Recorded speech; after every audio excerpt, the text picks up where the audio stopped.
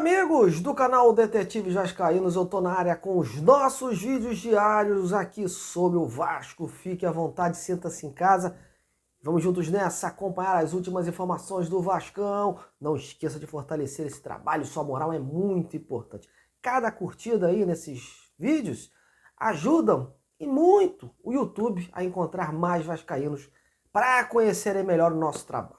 Vamos que vamos, e nesse boletim de hoje o foco é a nova decisão de quinta-feira na Arena Pantanal diante do Cuiabá. Você já deve estar cansado de ouvir que a cada jogo que o Vasco disputa, a palavra decisão. Mas é isso mesmo, meus amigos, não tem como fugir. São 8 jogos, 8 finais, e enquanto o Vasco não deslanchar, né, não acumular aquela gordurinha, vai ficar aí nesse sobe e desce, com possibilidade da situação ficar ainda mais arrastada. O Vasco não fez o seu papel contra o Internacional, perdeu em casa, vacilou contra o Goiás também, mesmo jogando fora, mas estava vencendo, né? E tomou aquele gol ridículo nos acréscimos. E não resta outra alternativa, né, que não seja buscar a vitória sobre o Cuiabá. O Cuiabá que já se mostrou um time difícil a ser batido, né, e com boa organização em campo. Lembrando que no primeiro turno o Vasco venceu o Cuiabá, jogando no estádio da Portuguesa do Rio, pelo placar de 1-0, gol, né, do Jair de pênalti. Foi um jogo difícil. E a previsão é que lá fora a dificuldade também seja a mesma, ainda mais depois da vitória diante do líder do campeonato na própria casa do Botafogo.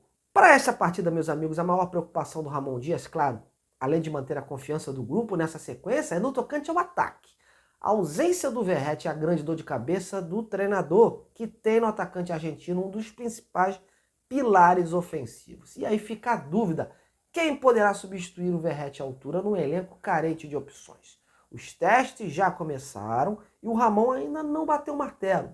Ele avalia aí algumas possibilidades. A principal delas é colocar um substituto eventual do Verratti, o paraguaio Sebastián Ferreira, que não estava sendo muito utilizado pela comissão técnica, chegou a perder pontos, inclusive, com o Ramon, e, além do mais, seu histórico não é lá essas coisas, viu? O jogador já está há um ano, mais ou menos, aí sem colocar a bola nas redes, portanto, seria uma baita responsabilidade entrar no lugar de um artilheiro, né, que vem fazendo por onde.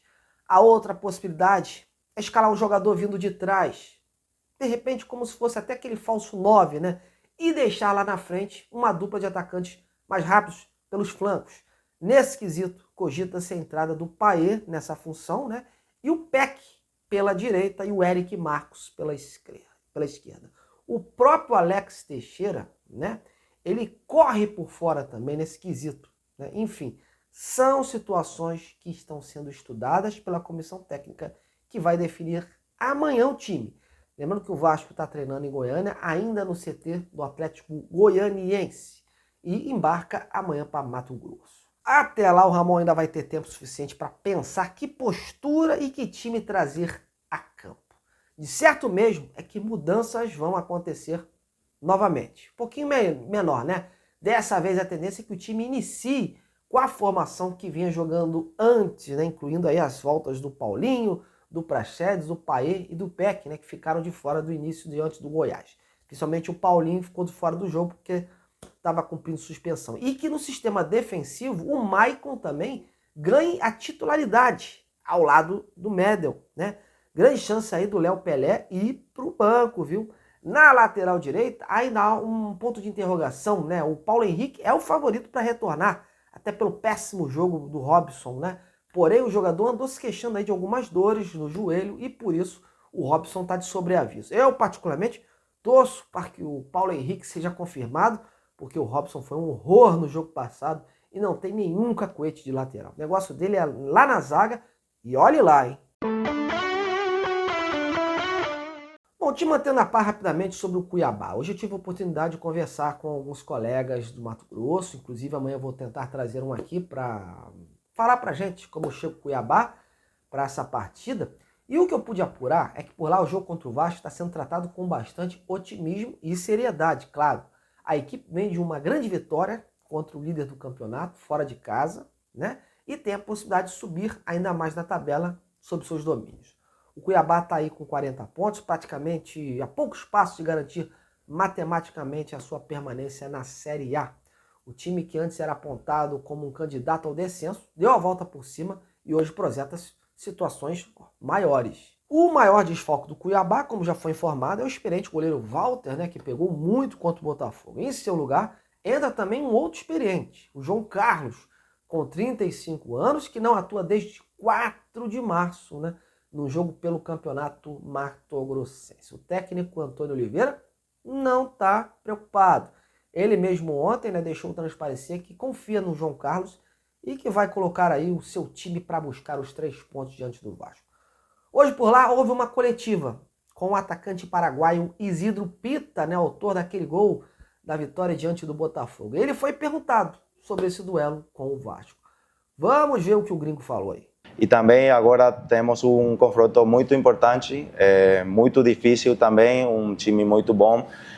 Tratar de seguir fazendo o que estamos fazendo, tratar de dar o nosso máximo, agora também com a ajuda da nossa torcida, tratar de deixar os 3 pontos aqui em casa e vai ser muito importante.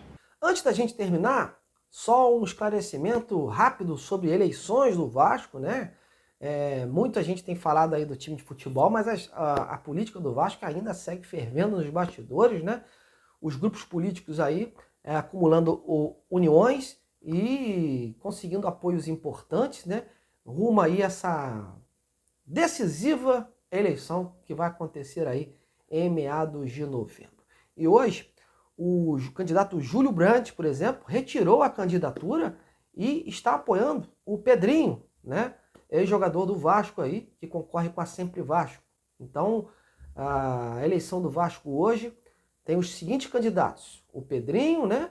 O Levin, né? O Levinciano e até o momento o Marcelo Borges. Há essa expectativa aí se o Marcelo Borges vai apoiar algum dos candidatos. Cogita-se aí em relação ao Levin, não sei ainda. Então, vamos aguardar aí, mas certo é que a eleição está polarizada aí, né? Nessa situação entre o Pedrinho e o Levin, né? Então, vamos aguardar, vai ser uma disputa decisiva aí para os rumos do Vasco em 2024. Bom, tendo mais novidades, a gente aparece aqui para pontuar mais sobre essa situação de eleição.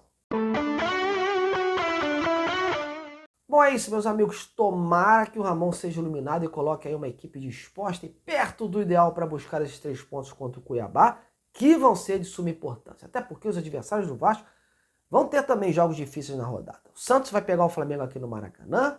O Goiás, apesar de jogar em casa, atua contra o Bragantino, né, que tem uma boa equipe e está aí visando a vice-liderança.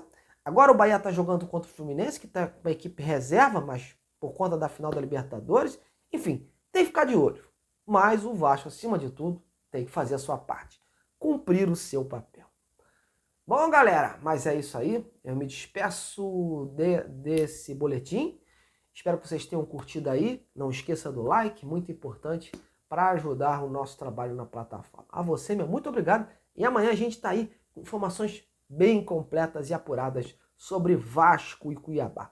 Fique de olho, viu? Um grande abraço. Até lá.